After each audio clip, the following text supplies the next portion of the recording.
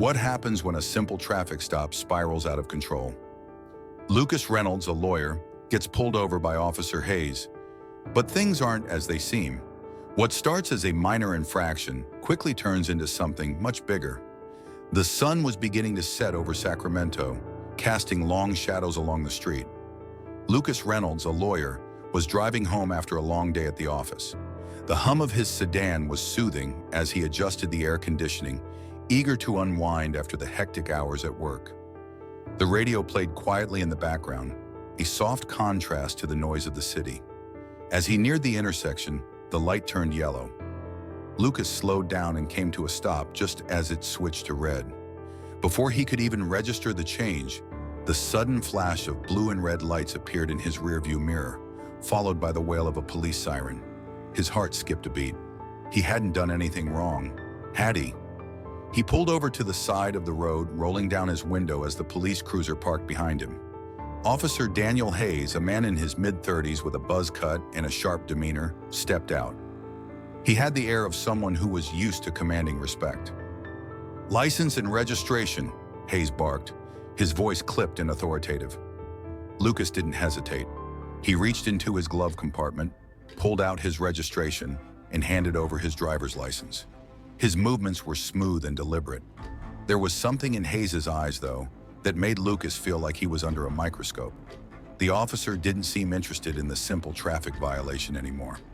"Do you know why I pulled you over?" Hayes asked, leaning in slightly. "I'm not entirely sure," Lucas replied calmly. "I thought I came to a full stop at the light." Hayes' eyes narrowed. "You didn't. I watched you roll through it." Lucas frowned slightly but nodded in understanding. "Got it. My mistake." Instead of handing back his documents, Hayes lingered, his gaze lingering over Lucas, as if searching for something more. The air between them shifted, becoming heavier. Lucas could feel the officer's suspicion growing. "You're not from around here, are you?" Hayes asked, his tone changing slightly. Lucas hesitated for a fraction of a second. "I moved here a few months ago. My address is on the license." But Hayes wasn't listening to that. His questions continued, sharp and pointed. "Where were you headed in such a hurry?" "Just going home," Lucas replied, trying to maintain his calm, though he sensed the officer's suspicion wasn't rooted in the traffic violation. The officer took a step back, folding the documents slowly, almost theatrically, before tucking them into his chest pocket. He straightened, a faint smirk tugging at his lips. "Step out of the car," Hayes said suddenly, his voice firm. Lucas's grip on the steering wheel tightened, but his face remained neutral. "Is there a reason for that, officer?" The officer's gaze hardened, and without a word he repeated, "Step out of the car." Lucas exhaled slowly, his pulse steady. He opened the door and stepped out, his posture tall and composed. Hayes' eyes ran over him, sizing him up. Lucas could feel the officer's attempt to assert dominance in the way he commanded, in the way he patted Lucas down. The search wasn't routine, it was invasive, meant to provoke. "Clean," Hayes muttered after finishing the search, his voice tinged with frustration. Lucas didn't react, his voice calm as he spoke. "Of course I am," he said simply. "Now, officer, if you're done." Hayes' frustration was palpable. He stepped closer, his voice lower. "You seem to know an awful lot about how these things work. Care to explain why?" Lucas met the officer's eyes, unfazed. "I've had a few interactions with law enforcement over the years," he said. "Let's just say I've learned a lot." Hayes didn't reply immediately, but Lucas could see the shift in his posture. The officer's frustration was creeping up, and his control was slipping. Lucas had already caught on. This wasn't just about a traffic stop anymore. Hayes wasn't just dealing with a driver. He was facing a challenge to his authority. The air between them was thick with tension. "Think you can talk your way out of this, huh?" Hayes muttered under his breath, clearly trying to provoke a response. Lucas didn't bite. He didn't need to. Instead, he kept his voice steady, his eyes unwavering. "I'm not trying to talk my way out of anything, officer. I'm just asking for clarity." Hayes narrowed his eyes. He was still trying to unnerve Lucas, but the lawyer's calm was starting to rattle him. "Yeah, well, it's not just the stop, is it?" Hayes continued, his words dripping with something darker. "It's the whole vibe you've got going, like you're expecting this." Lucas tilted his head slightly, his gaze never leaving Hayes's. "What's that supposed to mean?" "You're too calm," Hayes shot back, stepping forward, invading Lucas's personal space. "Like you think you know what's going to happen next. You sure you don't have something to hide?" Lucas held his ground. There was no hesitation in his voice when he spoke. "Nothing to hide, officer. Just a firm belief in transparency, that's all." For a moment, Hayes stood still, as if the idea of transparency had struck a nerve. He was used to running the show, to people responding to him with fear or nervousness. But Lucas wasn't afraid. He wasn't even rattled. And Hayes didn't know what to do with that. "What, you a lawyer or something?" Hayes asked, his tone now tinged with suspicion, as if that would explain Lucas's unusual poise. "Or something," Lucas replied, his lips curling into a slight smile that only deepened the officer's irritation. Hayes glared at him for a moment before pacing back and forth in front of the car. He was searching for something, anything to regain control of the situation. "You think you're smarter than me?" Hayes growled, finally stopping in front of Lucas. "You think you can talk your way out of this?" Lucas met his gaze unflinchingly. "I don't think anything, officer. I just believe in fairness," he said, his voice unwavering. At that, Hayes's patience broke. "Fairness?" He spat, taking another step closer, his breath now heavier. "This is about respect, not fairness. People like you—" He stopped himself mid-sentence, but it was too late. Lucas had already picked up on the subtle shift in his tone. "People like me?" Lucas repeated, his voice soft but charged with meaning. Hayes hesitated, his hand instinctively resting on his belt, as if to remind himself of the power he wielded. But he could feel it now, the subtle loss of control. "You know what I mean," he muttered, though the words lacked conviction. Lucas didn't respond immediately. Instead, he let the silence hang between them, thick and loaded with unsaid things. The officer was floundering, and Lucas was waiting for him to realize it. Finally, Lucas spoke again, his tone even but piercing. "This stopped being about a traffic violation the moment you started assuming things about me based on nothing but my appearance." The words landed with force, and for the first time, Hayes looked unsure. His jaw clenched, but his eyes betrayed a flicker of doubt. Lucas had taken the lead in this conversation, and Hayes was beginning to understand that this wasn't just about a power struggle. It was about the difference between right and wrong. "I'm going to ask you to turn around and put your hands on the car," Hayes said, his voice hardening again, trying to regain some semblance of control. "I'm searching you for weapons." Lucas's eyebrow arched and his voice was laced with disbelief. "Weapons? You think I'm carrying a weapon?" "I'm not going to ask you again," Hayes snapped, frustration clearly creeping into his voice. Lucas didn't flinch. Without a word, he turned and placed his hands on the hood of his car. He could feel Hayes's presence behind him, the crunch of the officer's boots against the asphalt. The search was rough, too rough. Hayes's hands slid down his suit jacket, lingering in places that were unnecessary, as if the officer was trying to force a reaction from him. Lucas didn't flinch, didn't move. He didn't give Hayes the satisfaction. "Clean," Hayes muttered after what seemed like an eternity, stepping back as if the search had somehow drained him. Lucas didn't speak right away. Instead, he turned around slowly, meeting Hayes's eyes. There was no triumph in his expression, only quiet authority. "Of course I am," he said calmly. "Now, officer, if you're done with the theatrics—" But Hayes wasn't done. He wasn't ready to give up yet. The silence between them stretched out, heavy in charge. Lucas could feel the shift in the air as Hayes tried to regain some semblance of control. The officer's frustration was palpable, but he was still clinging to his authority, hoping to intimidate Lucas into backing down. But Lucas wasn't going to give him that satisfaction. Hayes was beginning to realize that this wasn't just another routine stop. The way Lucas carried himself, the way he remained calm and composed, was throwing him off. For the first time, Hayes wasn't sure of himself. He couldn't shake the feeling that he was losing this exchange, and that feeling was unsettling. "You seem pretty confident," Hayes muttered, his voice edged with suspicion. "Like you think you know how this is going to play out." Lucas didn't rise to the bait. Instead, he tilted his head slightly, his expression still neutral. "Confidence isn't the issue here, officer. Respect is." The words hit Hayes like a slap to the face. He had expected fear, hesitation, maybe even an apology for the inconvenience. But there was none of that. Lucas wasn't backing down. Instead, he was standing his ground with a calmness that Hayes couldn't quite figure out. It rattled him more than he cared to admit. "Respect?" Hayes repeated, his voice taking on a mocking tone. "You think I owe you respect?"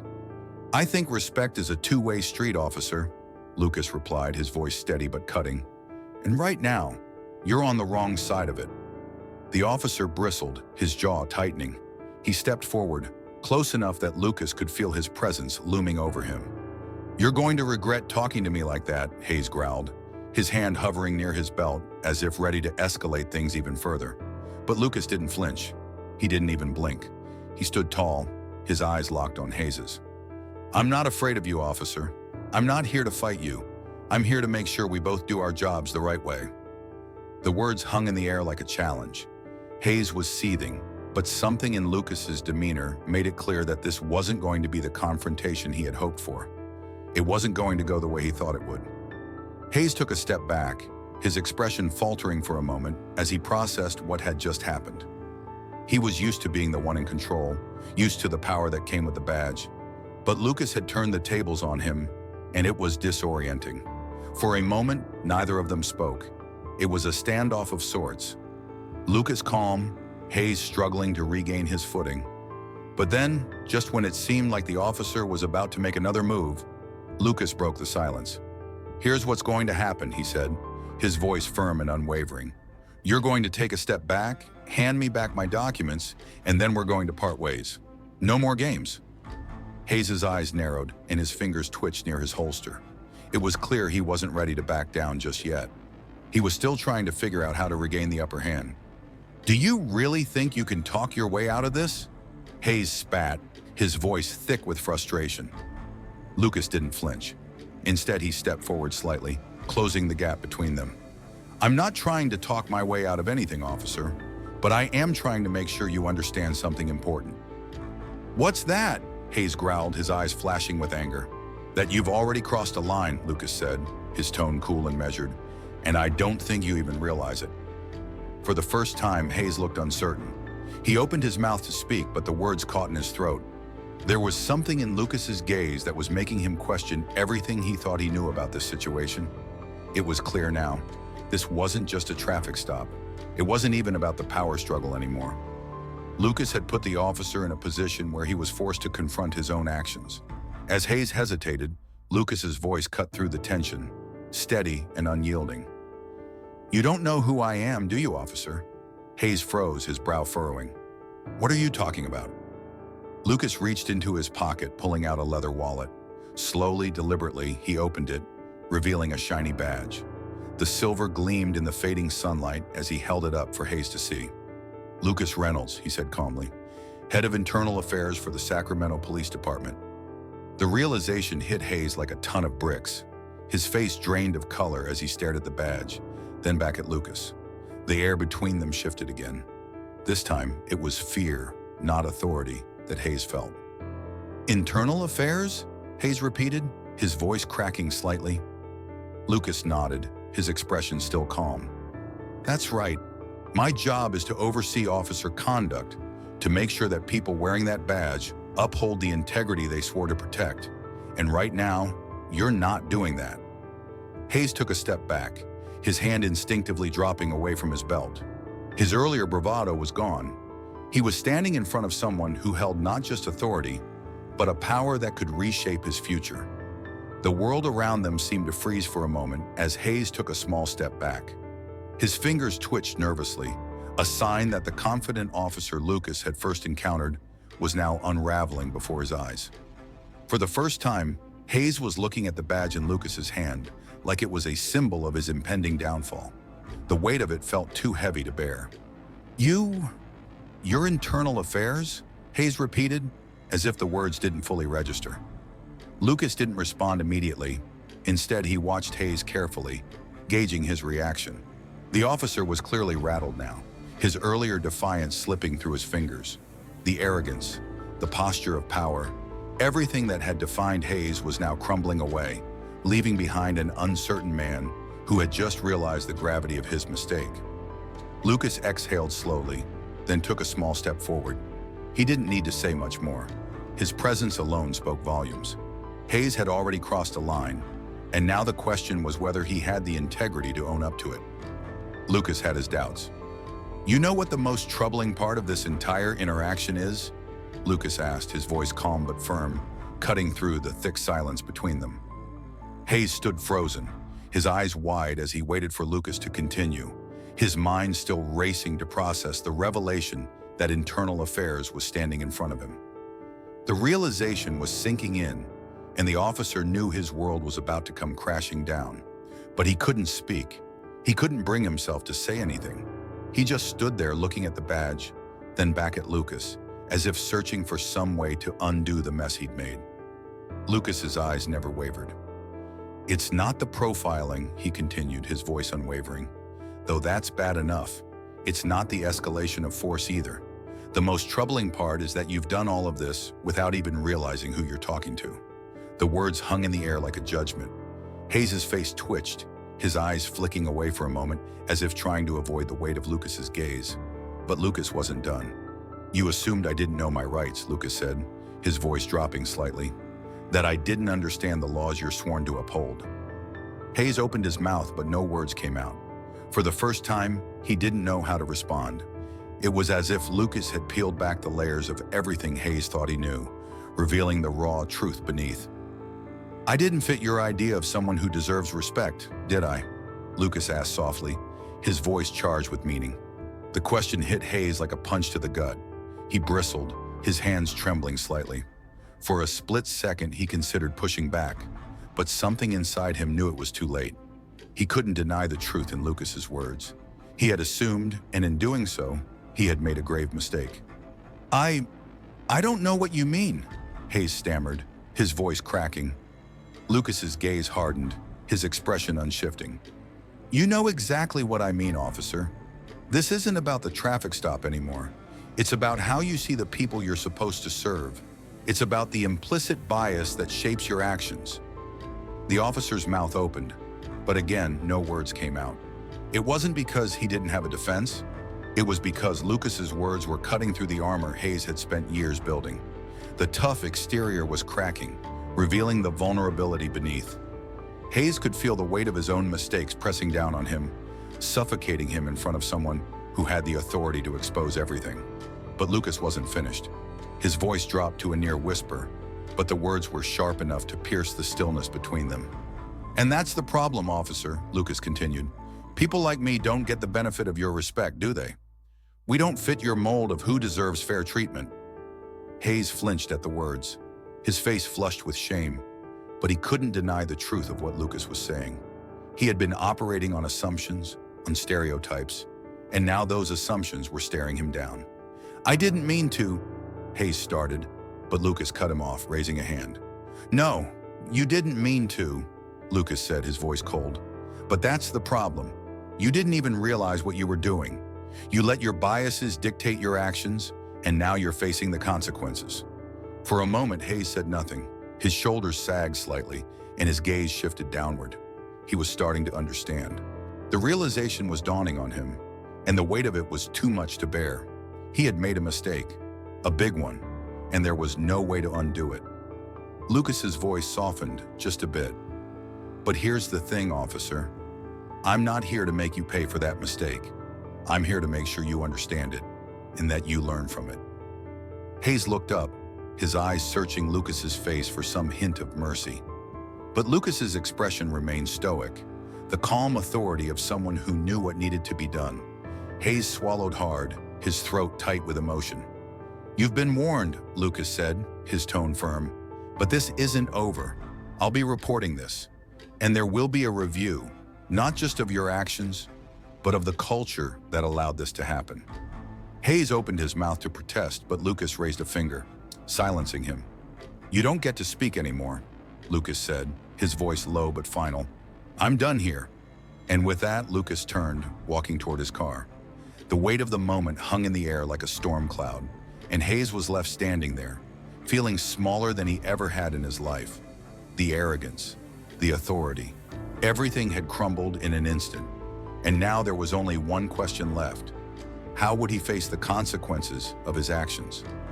The next few days were a blur for Officer Hayes. The encounter with Lucas, the realization of what he had done, and the growing weight of the consequences all seemed to blend together into a single overwhelming storm. His badge felt heavier now, almost suffocating, as though it carried the weight of every bad decision he'd ever made. Hayes was called in for a departmental review. The people he had once regarded as allies now looked at him with a mix of pity and disappointment. He couldn't escape the truth of what had happened on that street corner, and the more he reflected on it, the more it became clear how deep the problem went. This wasn't just about him, it was about the system, a system that allowed biases to creep into the very actions of those who were supposed to protect and serve. Lucas didn't need to say much to his superiors. The case was already open. The report had been filed and internal investigations were underway. But it wasn't about just one officer. The culture within the department was rotten in places, and Lucas was determined to root it out. Weeks passed. Hayes' suspension dragged on, and Lucas's team continued their review. The department was under intense scrutiny now, not only for Hayes' actions, but for the systemic issues that had allowed such behavior to persist unnoticed for so long. Public forums were held. Officers were interviewed. The conversation had shifted, and for the first time in a long time, the department was facing its own flaws head-on. But Lucas didn't rest. He didn't pat himself on the back for getting the internal review started or for forcing Hayes to confront his actions. No, Lucas knew that the real work had only just begun. The changes he was pushing for were monumental, not just for the police department, but for the community that had lost trust in it. A few months after the initial incident, Lucas found himself in a packed auditorium once again, this time standing before a room of officers, city officials, and local residents. The atmosphere was tense but hopeful. There were still those who doubted that anything would truly change. But Lucas had spent every waking moment in the trenches, fighting for what was right, for what needed to happen, and for the kind of integrity that should define the badge.